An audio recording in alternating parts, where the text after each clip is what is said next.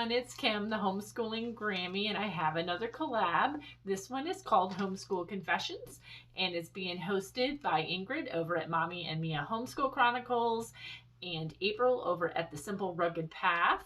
I am going to leave links to both of their channels down in my description box along with the playlist. I will be answering 10 questions. So yeah, this is due tomorrow. Yeah. So hopefully we can get this through and I can get it uploaded in time. So anyways, if this is something that you're interested in, stick around and we will get started. Please make sure to check out April's channel and Ingrid's channel. They are both awesome homeschool mamas, and they have awesome content on their channels. So alrighty, question number 1. How many children do you homeschool and what are their ages? Well, this time around, it's pretty easy for me because, you know, when I was homeschooling my girls, I had 3, but this time I have 1. So I homeschool 1 grandchild and she is 6 years old. All right, on to question number 2. What is your homeschooling schedule? Regular school schedule, year-round, part-time, full-time, etc. So technically I school year round, but because we live in New York State, we have to do like quarterly reports. So for them, I'm, handing in stuff quarterly, but we technically school year round. Definitely not as heavy during the summer. We tend to take it kind of easy. Matter of fact, last summer I took a little bit too much time off. We got 2 lax. I won't do that again this summer. And, we kind of keep it low key, mostly reading and math. So there you go. All right. So on to question number 3. Are you planning to take a holiday break or do you have a holiday schedule? So I actually planned out pretty much my whole school year and kind of like blocked off each month whether or not I was going to be taking time off. And I do have blocked off I want to say like the 23rd through the 1st, something like that. So I guess it's a little over a week and we're actually going to have family visiting, so all the more reason for us to take a break, because my plan is to make sure that we are done everything that we need to do for our homeschool instruction for handing it into the district by the 1st week of May, because we like to go fishing. So I want to be able to slow down and go spend some time with my dad. All right, so on to question number 4. I'm sorry for the glare on my glasses because that's all I can see. But anyways, question 4. If you do take a holiday break, do you find it difficult to get back into your regular homeschool schedule, or do you have a method that helps you ease right into your regular homeschool routine?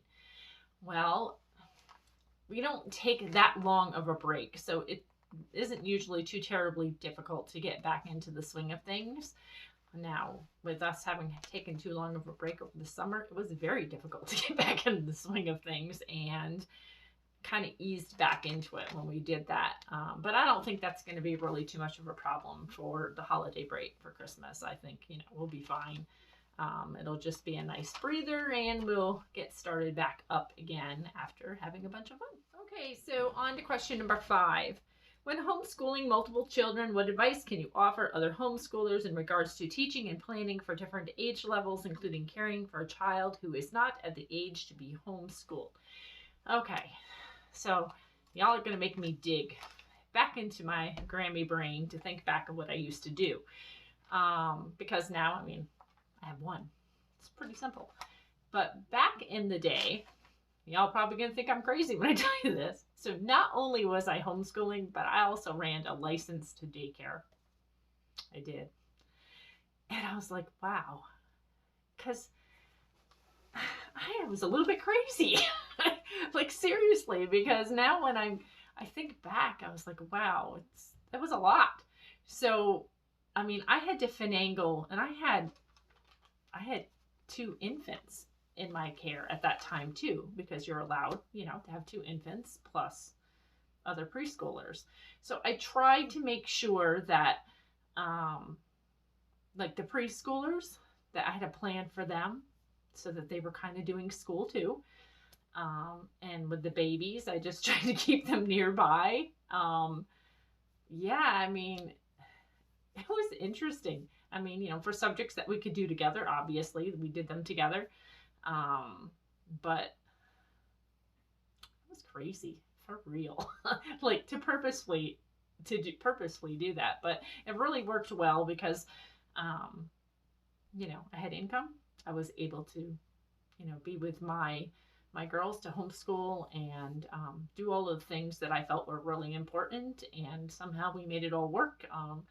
We took field trips together, and daycare and my kids, and yeah, we just made it work. And I was fortunate enough that I had a really good friend at the time also who was a licensed daycare provider. So in a lot of times we would merge all of our kids together even to do some of these field trips. And yeah, I somehow made it work. It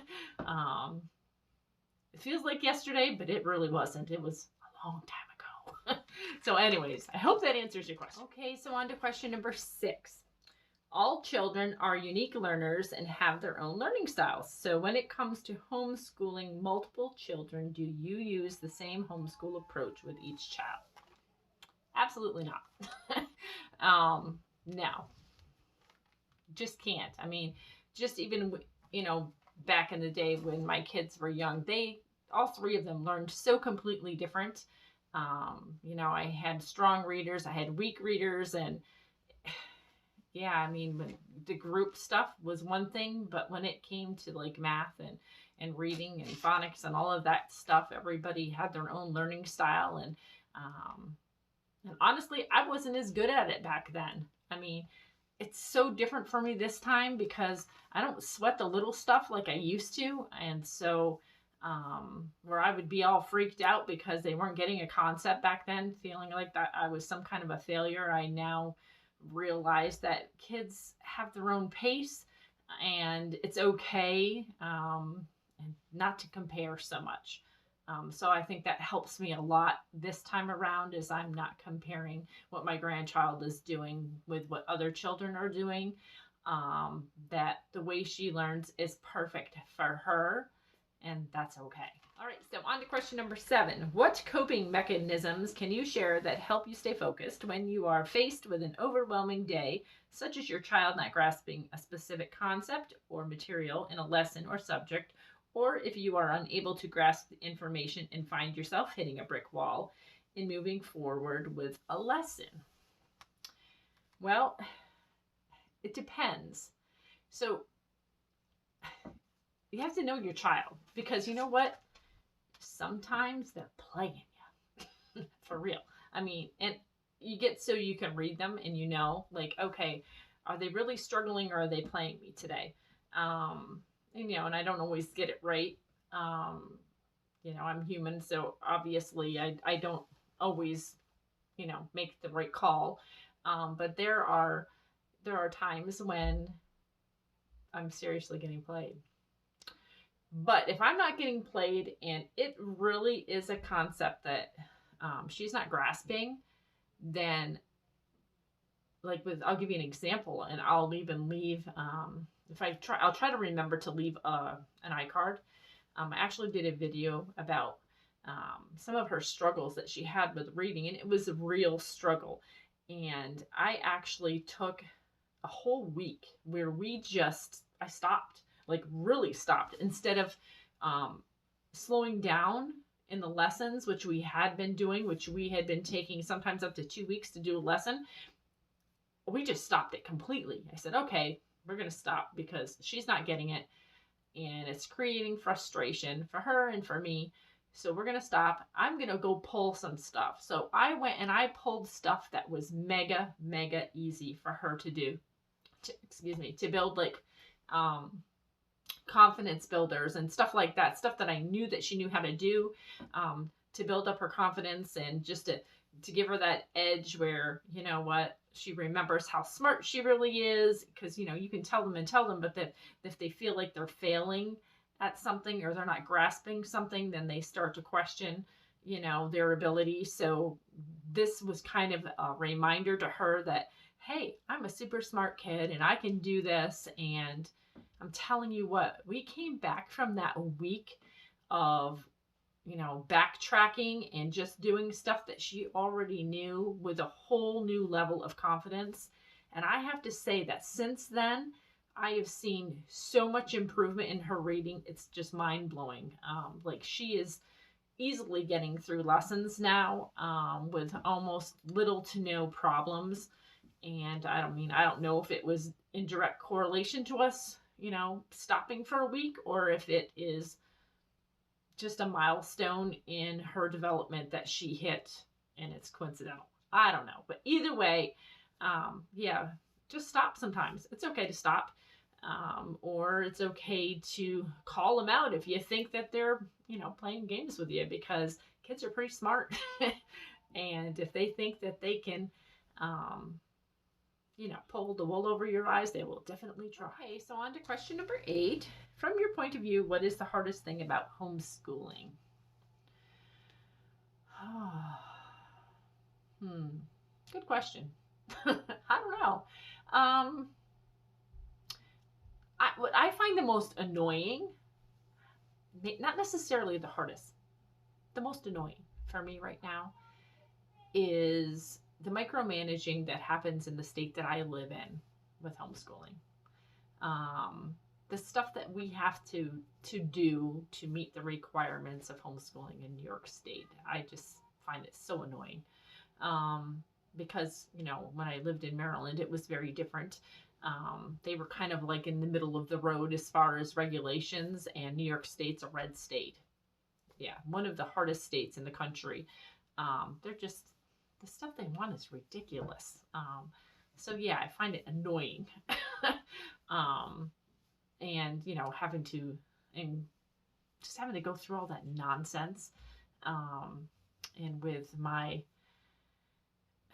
I don't know, as I've gotten older, like my personality is changing somewhat, meaning that I used to be so obsessed with making sure that things were like done way in advance, and I'm not as organized, and I don't know why that is. I mean, everything always gets done on time. Like, I'm not late with anything, but I like to push the envelope.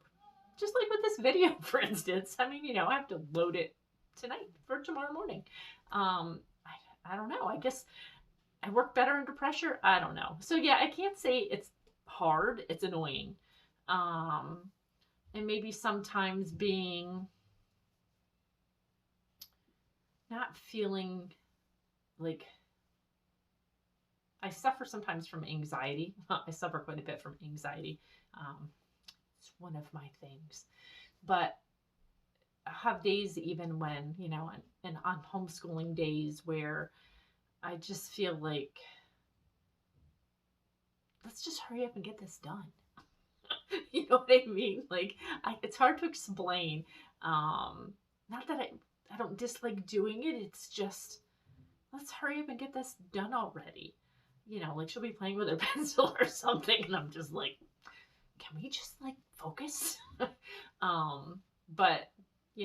I don't always focus, so there you go. I don't know. Did that answer your question? I feel like I'm rambling. So on to the next one. Okay, so on to question number 9. What is your own homeschooling philosophy?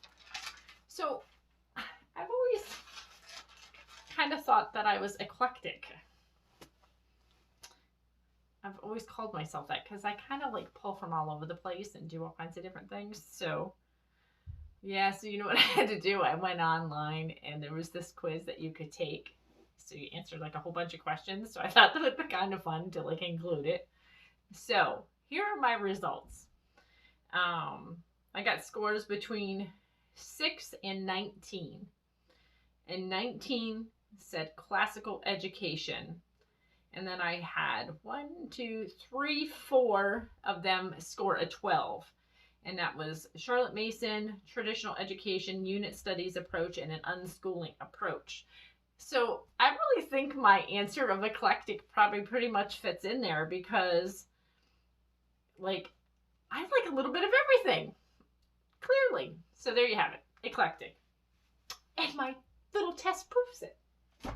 On to the next question. All right, last question. Question number 10. What is your motivation? What keeps you going and stops you from giving up? Well, for me, I think I have an unfair advantage because most of you all homeschooling moms are doing this for the first time. So you haven't seen the end yet. I've seen the end. So for me, that's my motivation. That's my motivation. I see where my children are today and how much homeschooling benefited them, and what a wonderful outcome it has been.